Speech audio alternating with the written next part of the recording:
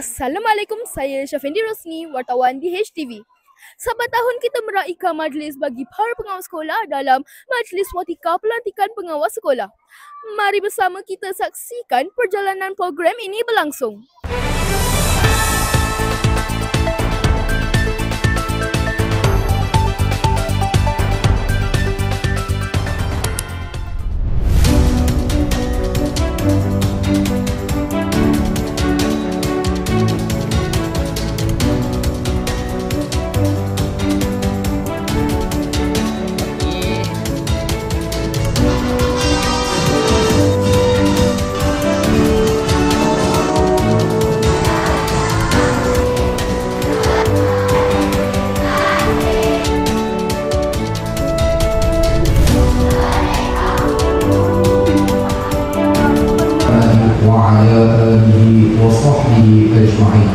Kami memohon keberkatan dan rahmat Ustaz Muhammad Adi atas bacaan doa sebentar tadi.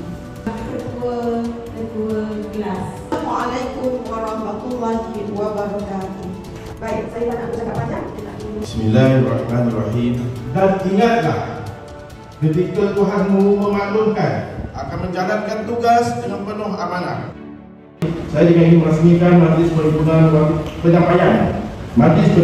Watika Pelantikan Pemimpin Muda Sekolah Kebangsaan Datuk Seri Dr. Husin, Bukit Katil, Melaka, sesi 2025. Sekian dari saya.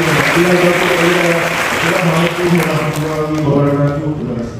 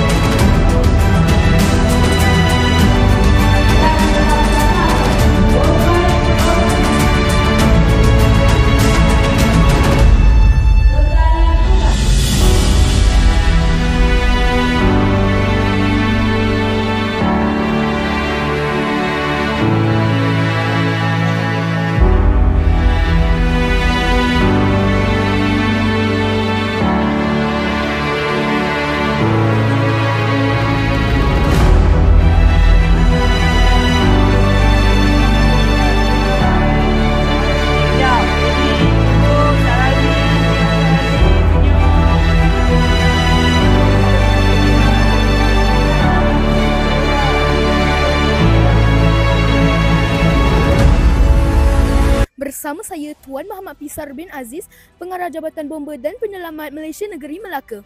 Assalamualaikum Tuan, apa khabar? Waalaikumsalam warahmatullahi wabarakatuh. Alhamdulillah, khabar baik.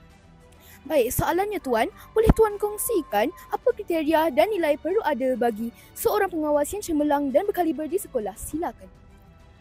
Satu soalan yang baik dari adik. Perkara yang penting itu ada ialah seorang yang bertanggungjawab, amanah, jujur, rajin dan berintegriti. Terima kasih Tuan atas perkongsian sebentar tadi. Menanam padi di tepi halaman, hasil dituai penuh keberkatan. Pemimpin sekolah teguh pedoman, cekal membangun anak harapan. Syabas dentahnya kepada para pemimpin pengawas sekolah yang dilantik. Selamat maju jaya. Sekian dari saya, Syafendi Rosni. Assalamualaikum dan terima kasih.